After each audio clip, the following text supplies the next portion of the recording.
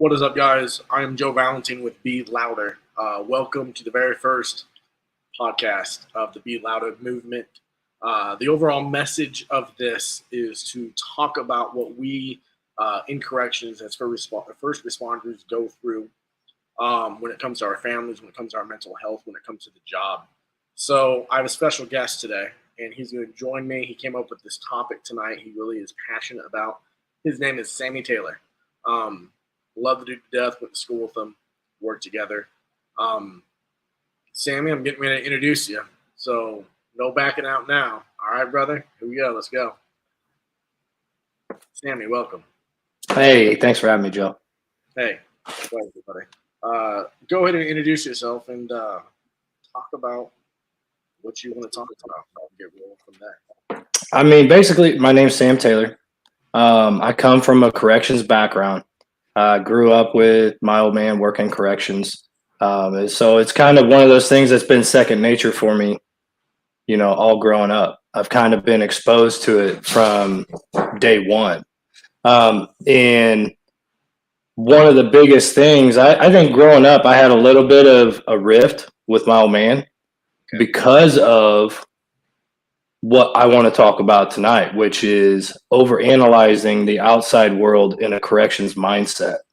And I think it was once I got into the job myself, it gave me a whole different understanding and a whole different connection with my dad. But at the same time, it made me realize some of the stuff that I deal with, he was dealing with, and I want to be able to help others process that rather than, just take it for what it's worth. I mean, he did a great job processing, but like the stuff and that what we're doing right now and the help that there is to be able to not feel left out, dude, it's amazing now compared to then. So, I mean, it's astronomical. Yeah, I mean, the stigma also talking about what we go through. Being honest with it, it's just so taboo, Right. And it still is. I mean, this is such a new aspect.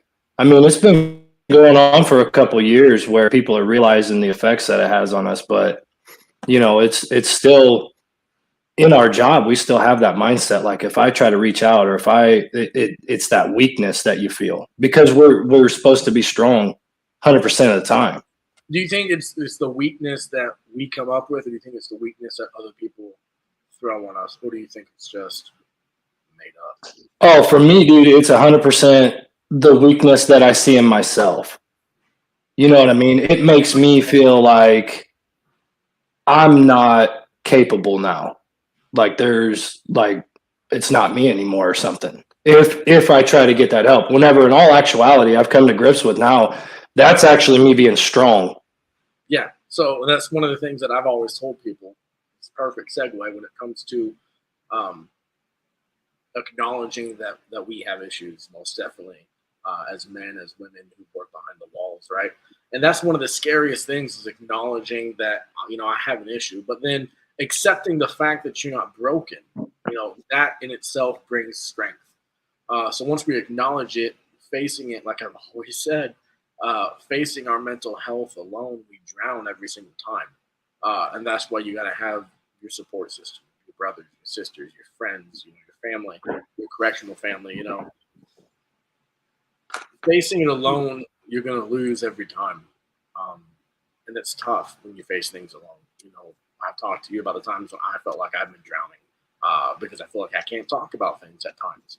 My wife, she knows that when Joe can't get out of bed or Joe is more irritable than normal, he's going through something. And I know the same with her as well. So once we acknowledge and face, then when we talk about it, me personally, and I know everybody is different, but me personally, talking about my mental health and talking about depression and anxiety and what we go through, it gives me strength, right? I'm that type of person who finds strength with helping other people and talking about it and being honest about it, because I feel like if I don't talk about what I'm going through, that person who can't talk, that person who is overwhelmed with acknowledging and talking and facing about it, they'll never reach out and ask for help, right? And that's kind of the whole reasoning behind Be Louder, is be louder than those negative people who tell you you're weak, tell you you're broken, tell you, you signed up for it, yet you know what you have to deal with when you take this job in corrections.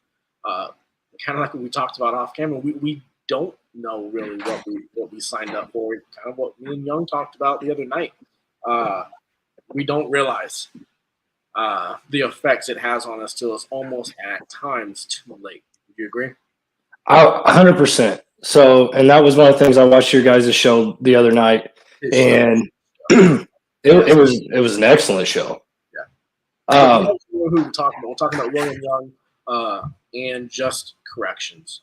Good friend. He's a brother. He's a good friend. And yeah, I was on a show the other night, and we talked a lot about what we're talking about now, right? So you watched it, then I take it. I did. And one of the things I took away from it was, like you just said, well, that's what you signed up for. Yeah. Well, and like I told you earlier, I think everybody can kind of agree whenever we took this job, we did sign up for it can get physical. I might have to restrain somebody. I might have to, break up a fight. I might have to do something like that. Going into it, we know that. What we don't realize is the mental effect that doing all of that has on you. And you don't even realize it until you're knee deep in it. And then you're like, it's almost like you're in quicksand. Is how I've kind of explained it. Absolutely. And then we feel like that feeling of brokenness comes on us. Like, there's something wrong with me. I'm not okay. I can't reach out for help because the stigma that we face now, it's you're weak if you ask for help, right? So it's just that domino that keeps on going. And then at the end of the day, our families pay that price of dealing with us and putting up with us at family get-togethers, at birthdays, or just around the house, Yeah. Feel free. I see we already have a comment, Joey.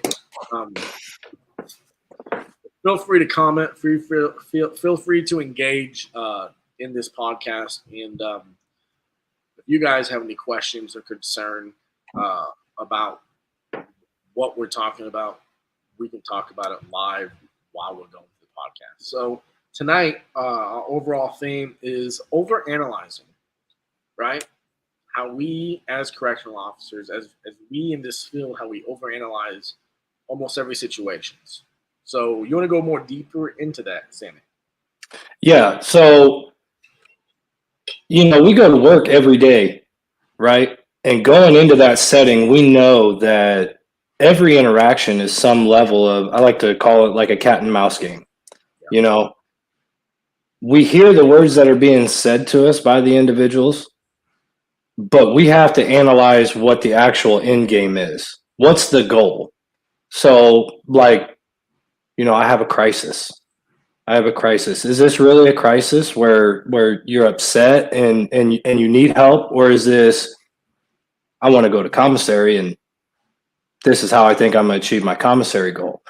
So we get numb to that, and we do that all day. I mean, half the time, a lot of people are doing it 12, 16 hours. Yeah. So it's hard to step away from that whenever you're dealing with your spouse or your kids or friends, and they're like, I'm upset. I have an issue.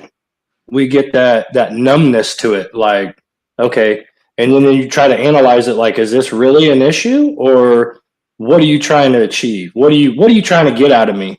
Yeah, I mean, it's like, you can't find your book before you go to school. It's really that big of a deal, right? Why are you bugging up about your book, right? So what we deal with at work when it comes to the different situations of not just from inmates, but with staff, we're overanalyzing everything we're facing.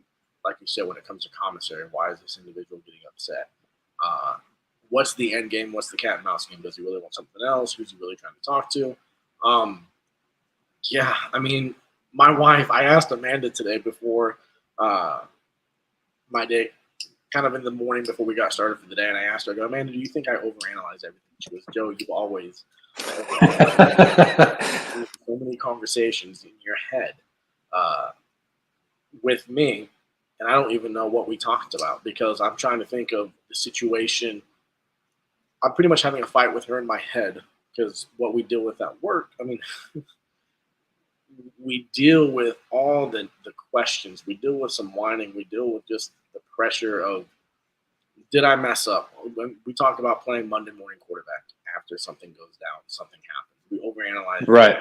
You know, we overanalyze any conversations, the different situations. What's the worst outcome when it comes to dealing with this individual over a commissary or day room or rec? You know, we think of all the worst case scenarios. And then when we get home, am I a good dad? Am I a good spouse? Am I a good friend? You know, and that just snowballs into the anxiety and the self-doubt, in my opinion. Right. Who we are as individuals. And then at the end of the day, it comes to, now I feel like I'm broke. Now there's something wrong. You know, Shane Gallmer, It's a good dude right there. love you, Shane. Stuff stays with you. You fill up that box and it just overflows. When you ask for help, you look down upon. Yeah, I mean, dude, you're absolutely right. It's almost like we're drowning in the situations we face in any at home and at work. You know, and it's just, I am to the point when it's getting frustrated, and it's genuinely bleeding into my family. But yeah, it's just one of those things that if we don't talk about it, if we don't overanalyze or analyze what we're going through and break it down with our support system, we're not going to overcome it, right? You know what I'm saying? Right. Yeah. 100%. Like, so this is something I just thought of. I know I told you the cat and mouse game that we play every day at work. Maybe a different little spin on it. So anybody that plays chess, how do you play chess? And I gathered this from what you were saying about you and your wife, and you had a conversation with her in your head 3 different ways before you even had the conversation. Yeah, I win most of them. Right. Exactly. Don't we every time in our head? But in chess, you're going to play 2 moves ahead, right? Yeah. So that's how we deal with the individuals. I'm trying to figure out your next 2 moves before you even do them. And then whenever we take that to a setting with your spouse or with your kids or with your friends where they're not working an angle, but you're basically not listening to what they're actually saying. You're hearing them, but you're not listening, if that makes sense. You're 2 steps ahead in your own mind, and you've already come to a conclusion that you take as, no, I know this is how it is. And you don't have any end game with that because you both feel unheard. Exactly. We both feel unheard in that situation. Yeah, that's so true when it comes to the chest. When it comes to now, my question to you is, what would you say to the new person getting ready to start when it comes to dealing with all these overwhelming situations that we face now in corrections? Overanalyzing. I don't mean to spring that on you. I'm sorry. No, it's just what we have to understand whenever we take this job is that, almost like you guys said the other night, is it's a dimmer switch. You're never going to be able to turn it off. It is always going to bleed into your home life. It's just a matter of how much you can control that. You know what I'm saying?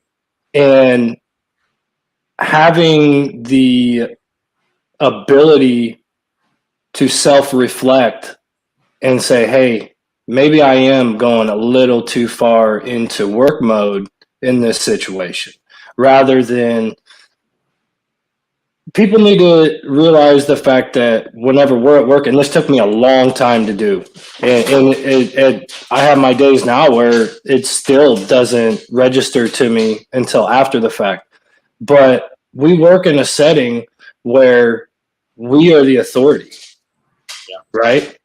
And, you know, whenever I came into corrections, basically how it was explained to me was, I'm going to ask you to do something, I'm going to tell you to do something, and then I'm going to make you do it.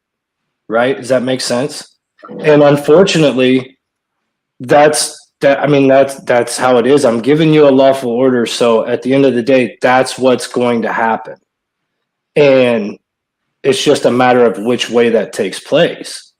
Now, whenever you don't dim that down, whenever you come home, it's never going to work. No. I'm sitting here right now, and I can tell you, I could sit here and tell you every single time in every relationship that I've affected to the point where it's either unrepairable or it's still taking me a long time to start that repair because of not realizing that. Yeah, because we look at the time. At the end of the day, we almost in a sense, and we talked about it before, treat our families as the offenders, and that dimmer switch at time is hard to turn off because we're in that mindset. Sometimes that tunnel vision of no, you're gonna do this, you're gonna clean your room, you're gonna clean your room, you're gonna clean your room, or I'm gonna go mow the lawn, I'm gonna go mow the lawn, I'm gonna go mow. And we feel like it's my number is always 3, right? Right. Uh, if I say something 3 times to my kids, I expect them to get it done. Now, where did I get that number? You say correction. Exactly. That job comes home with me. If I ask you 3 times, the first 2 times saying please, and then you make dad have to ask you for the 3rd and final time. I'm going to be less excited to say please. It's going to be a little bit more get it done now, kid. Right. What would you say to yourself if you could go back and talk to little boy Sammy when it comes to how the job has affected your mindset? Man, I was a young kid. And that's something that I'll. Where were you when you started corrections? 19. 19. Yes. And so that was something actually I was gonna touch on with you from the last video of I feel like there's a lot of things that I gained for my job by starting as young as I did, but I also feel like there's a lot of things that I lacked because I didn't get a different aspect on being an adult, on the workforce, on things like that. Like you had said that you came from more of an office setting, so it was kind of a shock. It was a huge culture shock. Like I witnessed, I've known most of everyone who works there most of my life, but then when I got into that setting, I was like, what the fuck is going on? Like I said, it was little old Joe was all bug-eyed with his little new haircut and, just clean-shaven beard. Now it looked like a little gremlin, A little gnome is what they call me at work. I just Sean says something. I'm going to show it right here as well. Couldn't be more true. The world behind the walls and the outside is hard to flip that switch. For me, I need some cool down time. Sammy, what do you do to cool down when it comes to a shitty day at work, when it comes to just the extra drama, when it comes to just the extra high tense situations that we face? So I've got 2 different aspects of that. So if I have my daughter that day, she can tell as soon as I get her or as soon as I get home, hey man, she can tell just all over my face, and she'll look at me and go, Dad, it was a bad day. I'm like, yeah. And generally I will change, go take a shower, and I just use that. I'll stay in there 20 minutes, and just have that decompression. And I don't normally, like in the morning, I'll have music playing, everything, getting myself going. It's just silent. So you like the silence at times, what you say? Oh, yeah. I mean, there's no other way to process it. The way I look at it in what we do every day, and regardless of if it's a bad day or a good day, it could be the most mundane day of the week. Absolutely nothing happens. Yeah. But you're so keyed on stuff, it's so loud, right? Yeah. The whole day is so loud. And sometimes that 20 minutes, 30 minutes of just complete silence, like just brings me back to, okay, everything's good. See, I'm kind of opposite. Like for me, after like a crazy day or a crazy night, I genuinely have to find a song and I have to turn it on and I crank it all the way up and it calms me down because normally by the end of the song I listen to, like for me, it's just, all right, I can breathe. Like I'm back to reality. I'm back in my car or I'm back at home. I'm out of my work uniform. I can brush all that grime and dirt off me and just call it a day. Jody Skaggs made a comment saying spot on when it came to what you said a little bit earlier about the dimmer switch. Yeah, and just how we take things home to our families and how it changes us. Gomer made another comment as well. He said, well said, there's legitimate change in the brain chemistry over the course of your career. Your body adapts to the level of this career, and you definitely become a different person. I know before I started working in corrections, I mean, you remember back in the day, I was involved with everything. Right. And, you know, the acting club, when it came to band, when it came to choir, yes, I could see that at one point. When it came to football, when it came to speech team, like for me, I was involved with everything. I think I was class president 1 year in high school. Then I went to college and I was just as involved. And then I got into corrections. And now one of the hardest things for me to do is to engage with people who I love. And that's hard. And that's what I'm working on with myself, with just engaging with that. Because if you can't engage with your own family at times, you can't have a conversation with them and you can't stand them, how are you going to? Well, that's the negative thing that corrections had on me. That's the negative effect, that negative change. Like for me, it's hard to sit and talk to somebody I don't know and try to be engaged. Because my brain is always going back to if it's work, if it's something else, or did me and the manager just getting fired, or was there something crazy that happened at work? Was there a new guy who might have dropped the ball a little bit? Should I check him next time I see him? Like for me, it was one of those things of Joe doesn't. I was an extrovert back in the day, right? An extrovert, someone who goes out and goes and does some stuff and is always joking and humorous and the life of the party in a sense. Now, no. I mean, I'm in the solitude of my basement and my entertainment room in the man cave, and I'd rather just sit down here and be by myself than go out and hang out. That sometimes it's hard for me to engage and have people over my house, because then I'm starting to think of when's that person going to leave. I invited you over. I want you to hang out. I want to bond with you. I want to have a fellowship with you. And then you're looking at the clock thinking, Jesus, I mean, hey, I just want to sit here by myself for a half hour, like before I go to bed. Yeah. You know, France made a good comment right here, and I have to show it. You guys leave some good feedback, and I enjoy it. Keep it going. Keep the comments engaged. Yeah. But France said, do your time, don't let the time do you. Just that sentence in itself.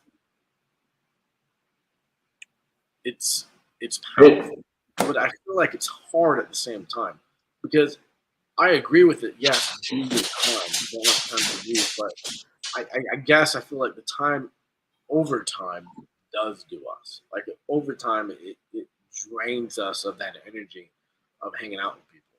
You know. Oh, Just social and just going out in public. Like for me, going to a movie theater, I get genuinely horrified when I'm sitting in a movie theater and I'm not up against the wall of the back. Like I can't. The job has affected me. I'm trapped. I'm like a rat in a cage, and I cannot get out. So if something does happen, worst case scenario, analyze it, going to the movies. I don't get to enjoy the movie. I don't get to enjoy the on in the background. your mic's out. Is there a rave going on in the background?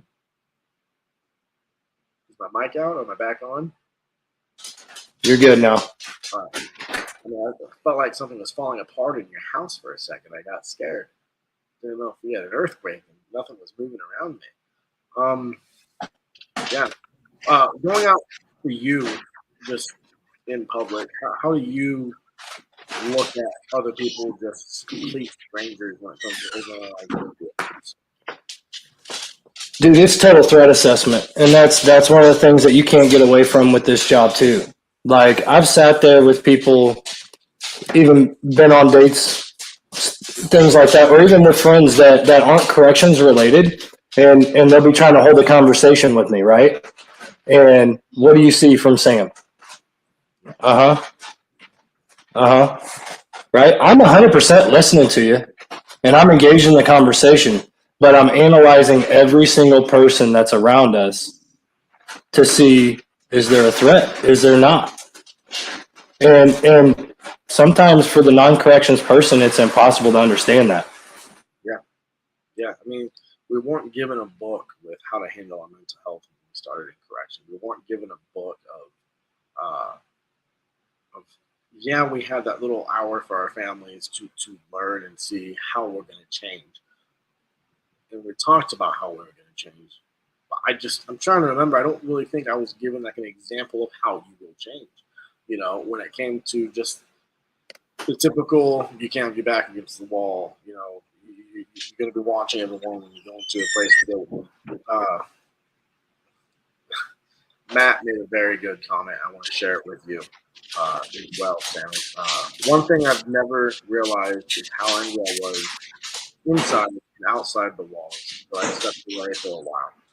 Reflection is always nice. It's also a painful realization of how poorly you treated people because of work. I mean, wow. That's deep. That's deep. It's so true because we feel like people have to adapt to me now, right? And we forget about at times other people's that it's not their fault that they don't know what we really go through behind the walls and the mental abuse we deal with. And then in a sense I feel like it's almost kind of like we resent them to a degree. And that's something that we need to talk more about in this field is just that anger that comes because you don't know what I've dealt with today. And you don't know what it's like going through different things I've gone through. Uh, and they don't get to see it. They don't have to go through that turmoil of the verbal abuse that comes. Sometimes there's physical abuse that correctional officers face. What's your thoughts on that? I'll put Dude, it up for you so you can look at it. one thing I've never realized is how angry I was inside and outside the walls until I stepped away for a while. Reflection's always nice, but also a painful realization to recognize how poorly you treated people because of work. Dude, that's so insanely true. And I've had 4-day weekends where I've realized that, right? Yeah. Like, wow. And it's always in that self-reflection where you're well removed from it whenever you realize, like, I should have handled that totally differently. Like, it's one of those things of they got a whole lot of reaction that wasn't intended for them. Or you're just so on edge from dealing with the day or dealing with the week that you don't realize that you're treating people poorly or that you're even mad. I guess one of the things I wanted to touch on too with that is like you're so mentally drained at the end of the day from just the whole aspect of things. The environment that you're in is mentally draining because you're sitting there over analyzing when you're supposed to, trying to see what's going to happen next. That whenever you get outside of it, you're so drained that you can't even put in the little bit of effort that you need to or that's deserved from everybody else or to everybody else, I guess I must say. So my next question, Sam, is yes, we're bringing it up when we're talking about all these problems, but the major thing is how can we find these solutions, right? What can we do to be better with? I don't want to say fixes, but how can we do better with communicating with what we're going through? What we're so used to doing at work with overanalyzing and most definitely turn that in on our family. What's your thoughts on that? For a long time, I thought the best aspect for me to take was to keep everything that I dealt with to me. Yeah. Okay. No one wants to hear it. No one wants to deal with your problems. No one wants to. No one can relate. No one can understand. Right. Biggest thing is nobody can relate. Okay. Like, I mean, I can sit here and tell you in a normal conversation, yeah, I was at work today and dude went on crisis and he wasn't happy about it. And before I even got off the wing, I mean, he had made a helmet out of poop. You know what I mean? And you're going to look at me and be like, oh, that's just a regular day. I mean, that's pretty funny that he was able to achieve that. What? Right. But if I tell somebody that's not from this setting, they're just totally shocked. And the fact that it, in a way, humors me because that's how I cope with it, just throws them completely off. So, whatever, I think everybody in the beginning of their career does try to reach out here and there with things like that. And then whenever it's not received in a way that makes you feel comforted or understood, it's okay, I'm different, so I just need to keep it to me. And then you end up just getting consumed.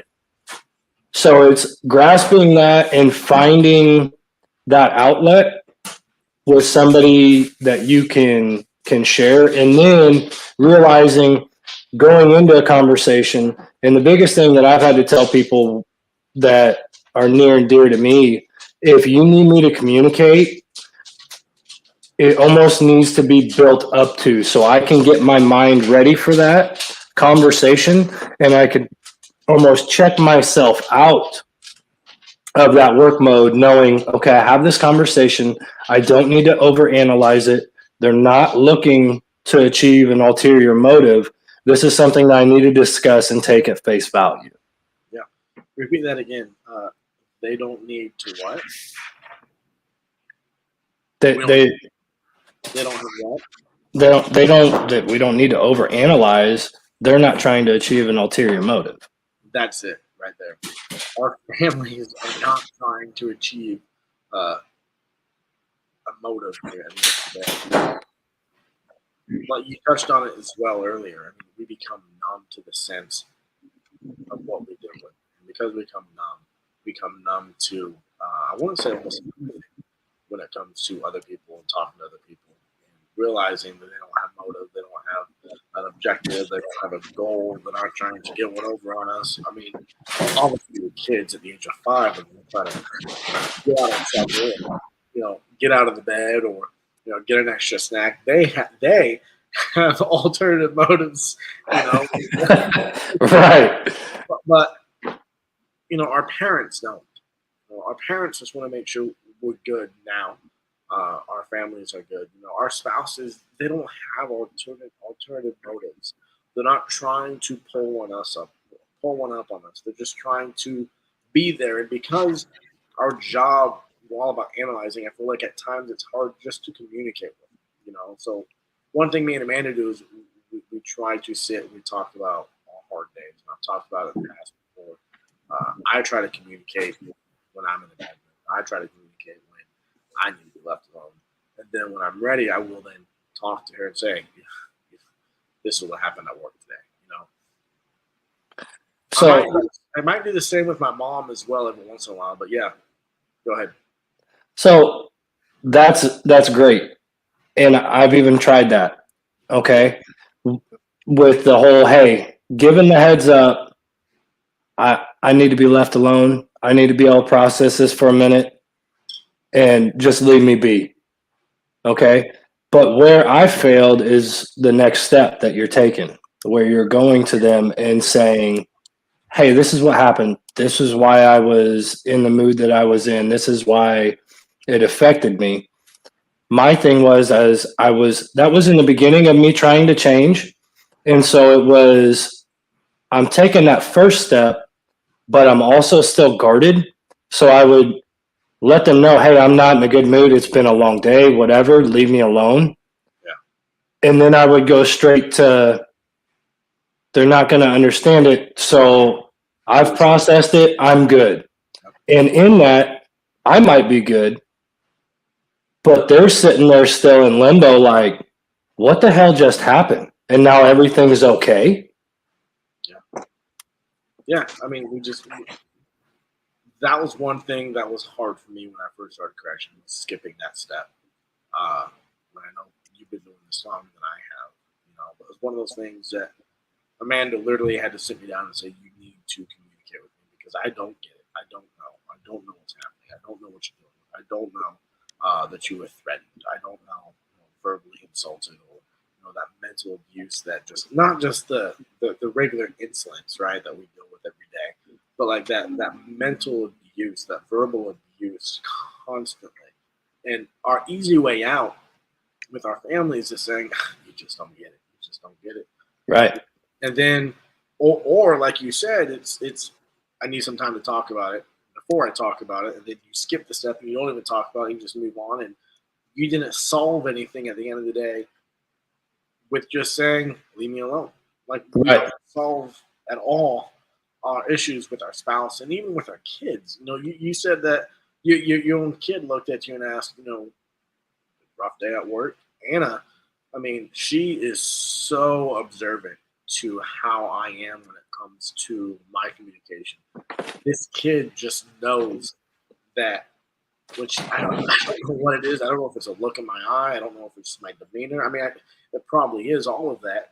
But she'll randomly come up to me and she'll do little three-handed squeeze, right? You know what the three-handed squeeze means? The little three squeeze. I love you, right?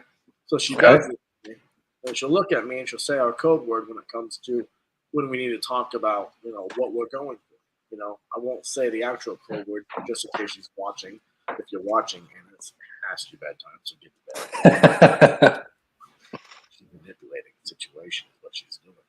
Um, I'll say the code word is Gary. Is the code word, right? So she'll look at me, she'll do the little three-hand squeeze, and she'll go, "Gary." And I'll be like, "You need to talk? What's up, kid?" She'll go, "No, I need to talk. What's wrong with you? Talk to me about your day." So she does this little checkup on with me, and it's frustrating, but it's amazing because we have that connection with talking about what we're struggling with, the self-doubt, the overanalyzing, or in her terms, the overthinking. Um, that we might do and how that affects her. That's a talk that I know me and her are going to have one day. She's going to sit me down and say, "Dad, this is how this is affecting me." I'm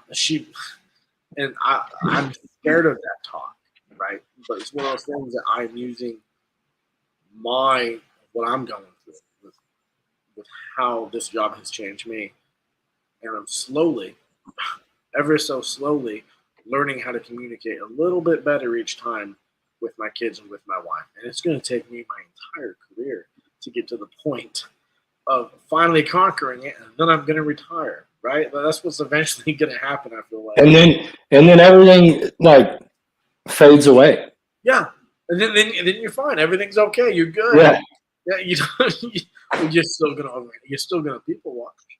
You're still gonna watch what's in people's pockets. You're still gonna have that. You're still gonna have that mindset to an extent because it's gonna be subconscious. But if you look back, like what Matt said, just being removed from it, even for a short while, and you said it whenever you were on vacation, like knowing there's no reason for them to call me. There's no reason for me to think about it, nothing. And you almost revert back to that original person, like pre-corrections.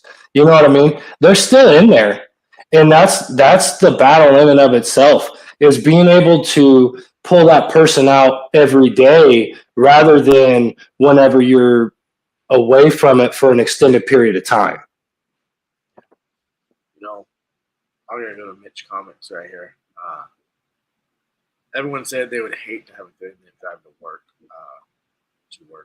home, but this is the time I use to process work and collect myself. Many days are driven home in complete silence. So he's kind of like you after a rough day.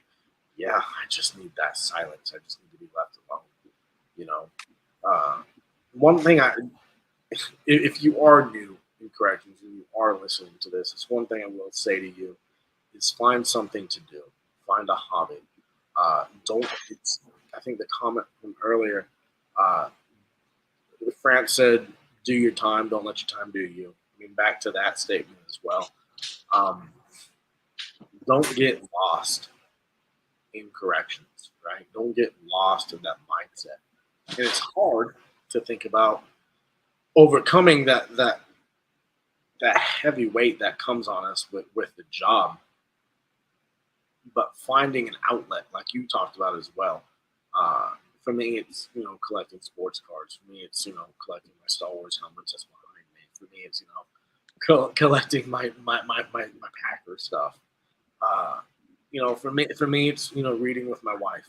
Uh, it's watching a scary movie with Anna. That scary movie being Twister. Right. Just 90s movie. First off, 90s. But something that I try to get away from when it comes to work is the other day, I set up the all these tarps out in my backyard, put a whole bunch of soap, and watered it down. My 34-year-old ass thought it'd be a good idea to go swan diving down the slip slide I made. I still can't feel my left knee. Joe, we're too old for that now. But it's fun. I did finally master just sliding, not just doing the typical belly flop. Right? The actual slide. Then you hurt your back. Left side. It's like a little left side slide is what I do. But yeah, just moments like that makes you completely forget about work. Completely just it fades away in those brief moments. When we were on vacation, it faded away. You come back, and I talked about the other night on Young's show was that fog that just came and just drowned me. I just became snippy at everybody. Yeah, because you have to. It's almost like you have to mentally prepare yourself, right? I know I don't want to get taken advantage of, so I have to be in this certain mindset. Yeah. And unfortunately, it's either on or off. And whenever you're going back into it, we talked about the dimmer switch earlier. Like that's whenever we're trying to turn it back up a little bit, and unfortunately, we crank it because we don't want to underdo it. Does that make sense? But so you were talking about whenever Joey said, do your time, don't let it do you, and how people get consumed by corrections. So I would venture to say that there's 3 different phases, and I've done 2, and I'm entering the 3rd. So whenever I went into my career, I was corrections, right? Like that's how I identified myself. I was 19 years old, so I had a career. It was all that I knew. It was what I was surrounded with, and I was corrections in my head. Okay, and I did let it fully consume me, and I was totally cool with that, right? And like I said earlier, whenever you don't realize how it affects you until you're knee deep, then it hit me about 10 years in, okay? And I realized, hell, I'm broken. That's what I thought anyway, And I had that internalization. And, out of respect, I'm not going to go into detail about anything to do with my previous relationships or anything, but I will discuss myself and how I viewed it. I messed up a lot with which ended up leading to my divorce in many aspects. By internalizing and having that thought, they can't understand me. Yeah. They don't get it. And I messed up the relationship I had with my kids at that point too, because I did the same thing. And I felt that I internalized and took everything. And the only way that I could heal was to try and fight it by myself. And in that, I look at it as a guy in the dark just flailing his arms, right? You're not connecting with anything. And then you're dog tired whenever you actually get to the point where you're going to fight, And so I go through that. Yeah, everyone around is kind of like, look at this. Yeah. Look at this goofy. What is he doing?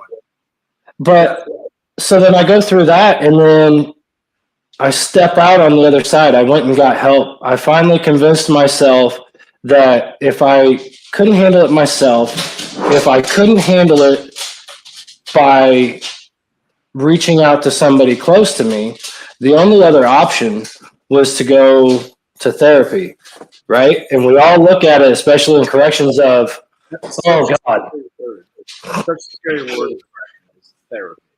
Because yeah, like, it's one of those things that therapy. Oh, he talks to a shrink. It's, he just sits and cries for an hour. He's like right.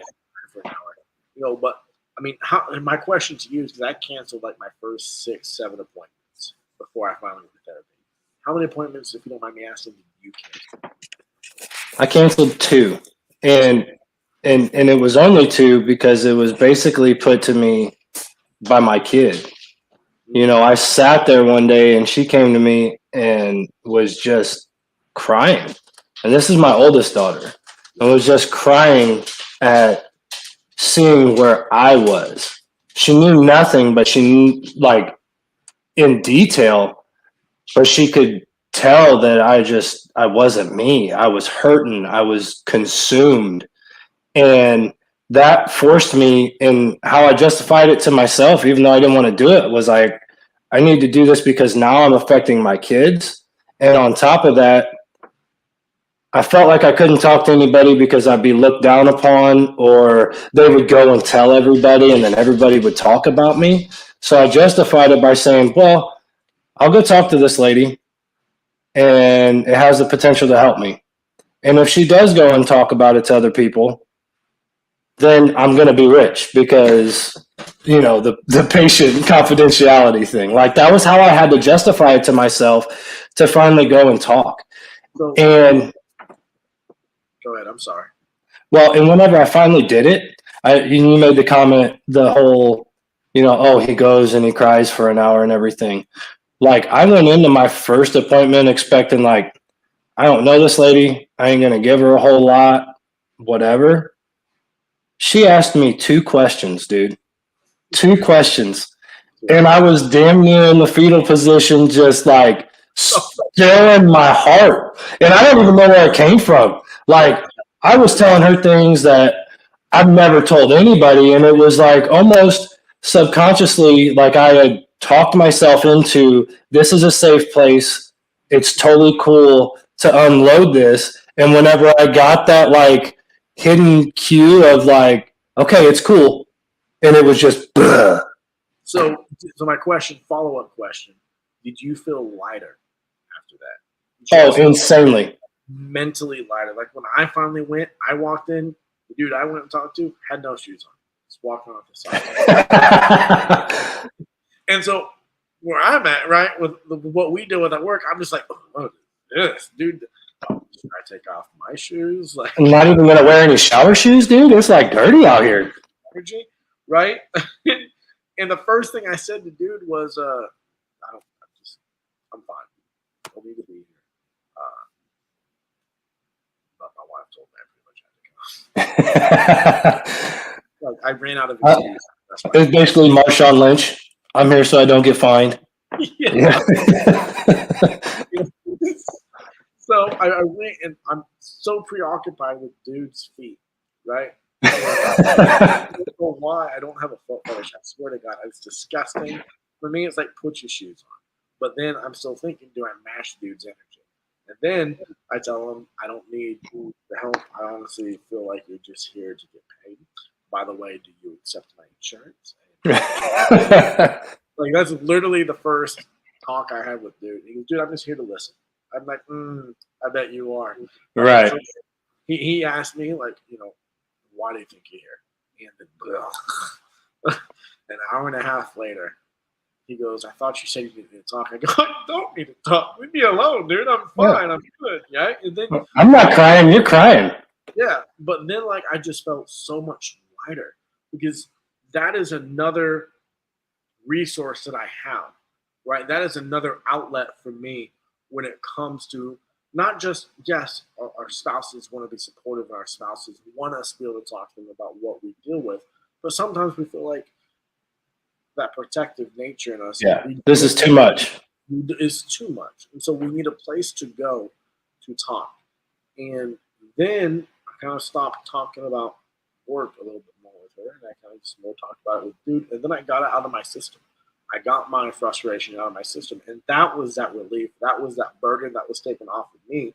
Um, that I encourage anybody, and I know it takes time. I know the stigma of talking to someone is horrifying, but I'm telling you, uh, don't be afraid to reach out and ask for help, because you're going to have your friends, you're going to have your family, you're going to have your support system surprisingly reach out their hand and pick you up.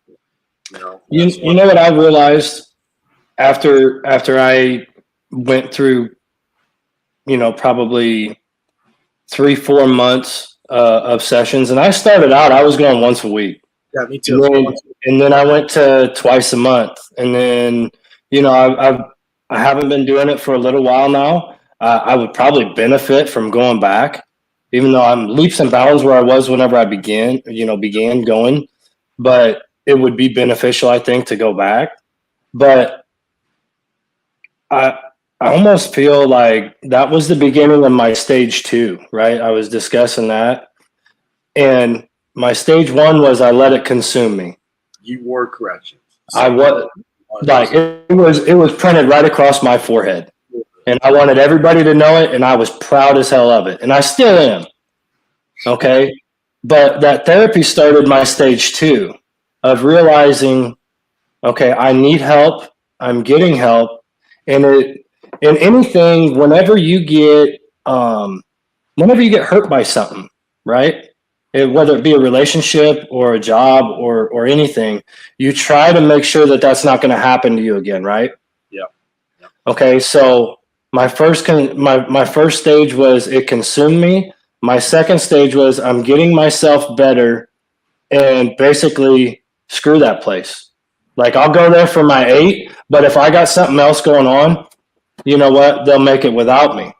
And now that I'm going into the third stage of finding that even balance, I realized that the second stage was beneficial for me mentally, but it was almost just as negative in a different sense than the first stage was. Does that make sense? No, it does. And your stages are very similar to what I've said when it comes to acknowledging that we have issues. Not acknowledging that we're broken, because we're not broken, but acknowledging that we have issues and then facing it, right? That's essentially the second stage, is facing it by going to therapy, facing it by talking about it with our therapists, with our families, and communicating. And then just talking about it like how we are right now, just out in the open, talking about our struggles, talking about our demons, talking about the pain that we've gone through and how it's affected those around us. Mitch makes another good comment. You have to remember to have feelings and not keep them off, and listen to the ones around you when they tell you that you're acting different. Back to your kids saying, "Dad, you're off." Back to Anna saying, "I love you." Back to her saying Gary to me, having our code word when it comes to hey Gary. Yeah, I mean, there's more to find that than, like, my family knows what the Gary reference is, right? Gary. It's Gary Busey, and I can't say why. That's just the first thing that came to my mind. But, like, she knows that when I'm acting different, and she's so smart, so observant, and your daughter is almost the exact same way, observant to how you changed, right? How old were you when you had your oldest? Were you still a kid? Were you still 18? Because, we as men, I'm going to go and say this right now. We as men, we don't mature until we're like 35. Dude, I'm still not mature. I have a year left when I should. Look, hey, this goes back to high school, and you knew me then. When did I do my homework? The period before it was due. Yep. That's where I'm at, dude. I'm getting ready to turn 34, and I still got a whole lot of work to get done in this last period. Yeah, but so we don't mature until late, right? When it comes to just acting grown, just looking at things differently. Our spouses, our significant others, they mature mid-20s, typically, and so they're all ready to sit down and drink ginger ale, and watch Everybody Loves Raymond. And we're still out just woo doing stupid stuff. It's it's the patience that our spouses have with dealing with us as well is amazing. It takes, I'm going to tell you right now, it takes an amazing person. And for anybody that's watching that is a spouse to somebody in corrections, and I don't care if you're a corrections husband or a corrections wife, it takes an amazingly understanding, patient person to deal with us. For the simple fact of, and I don't want to say, the first word that came to my head was volatile, and I don't want to put that label on it, but it's different how we're going to come home each day. I can sit here and tell you 100%, depending on my assignment, each day can hinge how my evening is going to go at home. You know, and it takes an amazing person to be able to endure that day in and day out. And that's one of the things that we as corrections people have to look at too, is it takes some effort to find that person that's willing, A, to try and handle us, and B, actually capable of withstanding the long haul of it. Yeah, it's one thing, my wife said, she goes, Joe, I knew you back when we were in school. I knew what kept me in this marriage was knowing how you were, knowing, how you treated me back then. Then I went through a stage of just neglect, of just not caring. And now I'm at that stage, still maturing, but now I'm at that stage of, I'd much rather just be able to watch you bed at 8 o'clock at night. I got 3 minutes. I was going to say, you got 3 minutes. 3 minutes. Sammy, I'd like to thank you for coming on Be Louder podcast. Real fast, everybody. Follow me on Facebook. Follow the Facebook page. Follow YouTube. But most importantly, know that you're not alone. You will be found. I'll say that again. You're not alone. You will be found when it comes to what you're struggling with. When it comes to your depressions. When it comes to your anxieties. Just look around and just reach out and ask for help. And your family and your friends will be there. You're going to be okay. You're not broken. Realize that it's okay to acknowledge that we have an issue. Realize that it's okay to ask for help when it comes to facing our demons, our struggles, our depression, our anxiety. And we can grow by talking about it with each other, what we're doing now.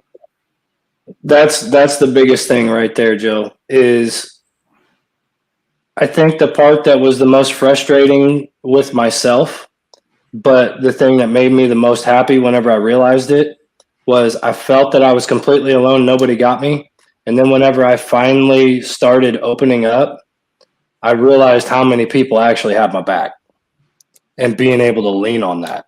And then it's just a plethora. And it's like the group effect, I'm doing this and everybody's going to follow me. And that's kind of what I'm trying to gear towards. And I know that's what you're gearing towards as far as this aspect. Yeah. Be louder, guys. Reach out and help out your brother and sisters. Pay attention to those who you work with when they're off their game. Simply asking, you good? And talk, pull them aside and check them out. Just for me, that speaks volumes to somebody's character. Sammy, I'll let you have the closing words. All right, go ahead. You're going to have me do the closing words. All right. Don't have the closing words. It's all you. I'm going to take a drink out of my straw. I love that straw, by the way. Is that a purple tip today? That's a purple tip today. I like that. Vikings purple. Hurt my teeth. But piggyback on what Joe said is the biggest thing is reaching out. And this is it's a journey. I don't want people to sit here and think that I'm out here trying to portray that I've already achieved this goal of conquering corrections and how it affects people. This is actually another step for me towards that goal. And it's to reach out to people that are in this spot that I was whenever I felt like I didn't have anything. And I feel like if I had something like this to look at, it would have kicked me in the ass to start the change sooner. And that's the end game. Help everybody, right? Well, that's what we do all day is help and take care of and defend. And this is a way to do that for my fellow staff and you, and just reach out. And it's a never ending cycle of just trying to evolve and get better and grow. No, you're absolutely right. Love you guys. Thanks for joining us on the first podcast of Be Louder. Pay attention for the new ones when they come out. Later.